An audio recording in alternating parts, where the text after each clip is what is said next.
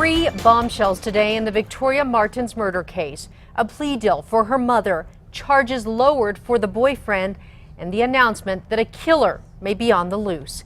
News 13's Marissa Lucetto starts our team coverage. She's live at District Court. Marissa. Jess, in a surprise hearing, Michelle Martens pled guilty to one charge, and it wasn't murder. The DA and her defense attorney both saying her initial confession to police was made up. She's that way all her life. It's just her nature. For nearly 2 years, the mother of 10-year-old Victoria Martens remained at the center of one of Albuquerque's most shocking crimes, accused of allowing the rape and murder of her own daughter. When you don't check on them and when you let people around them that you shouldn't have, horrible things can result. And they did. Today, both prosecutors and Martens' attorney agreed her only crime was allowing her boyfriend's cousin, Jessica Kelly, a convicted rapist and drug dealer, to watch over Victoria. She was negligent in the care and protection of her daughter and is therefore culpable in the death of her child. As Michelle Martens' parents watched in court, she pled guilty to one count of reckless child abuse resulting in death. Prosecutors laid out evidence saying back in August 2016, Martens knew Kelly had just gotten out of prison and had a violent past. She was warned that she should remove Kelly from her home due to her unstable behavior. She didn't. Instead, the state says Martens continued to let Kelly stay at her apartment and even asked Kelly to pick up Victoria from the bus stop after school on August 23, 2016. Prosecutors say Martens got home hours later and saw Kelly was high on meth, but again left her daughter with Kelly so she and her boyfriend Fabian Gonzalez could go get marijuana. It was during that window prosecutors say Kelly and at least one other unknown person raped and strangled Victoria. At 8:48 p.m., Martens observed Kelly carrying Victoria down the apartment stairs, unresponsive and wrapped in a blanket. Yet, the state says the mother still failed to check on her daughter, who was dismembered later that night. The idea 2 years ago that Martens watched it all happen came from her interview with police, which both sides say now that just wasn't true. She has spent her life saying things to please people. So if you ask her something, she's going to respond in a way that she thinks that you like. That's always a difficult task when we deal with people of her IQ level. Today, District Attorney Raul Torres defended the plea deal, saying it was the right thing to do. I recognize that these revelations are not consistent with the public's perception about what happened to Victoria, but I want to share this information with you in order to help the community understand. And we asked the DA if, in hours after the crime, if investigators still believe Michelle Martens knew anything about the murder and the attempt to cover up the crime scene. He would not say. Back to you. All right, thank you, Marissa.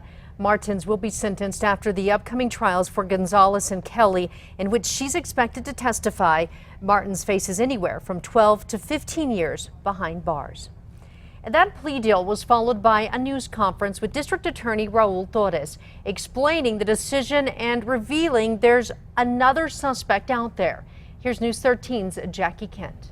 Yeah, Jessica, this high-profile case has taken a major turn. The DA announcing police are now looking for someone else for the rape and murder of Victoria Martens.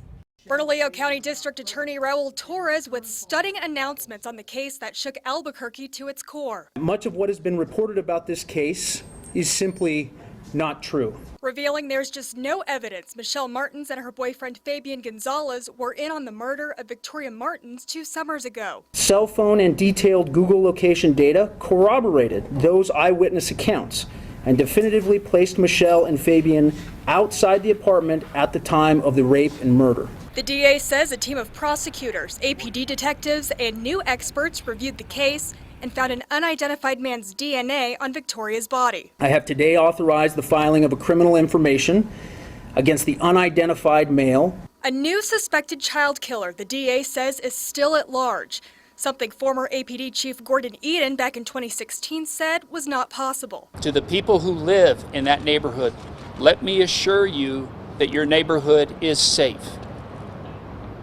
There are no other suspects in this case. This John Doe now facing 14 charges, including rape and first-degree murder. We don't believe this to be a random act, and so we think that this is someone that is connected to the three in some way.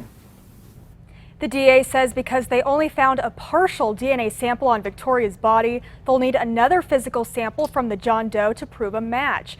Who could that John Doe be? None of the three suspects has ever mentioned a second man in the apartment. Jessica, back to you. All right, thank you, Jackie.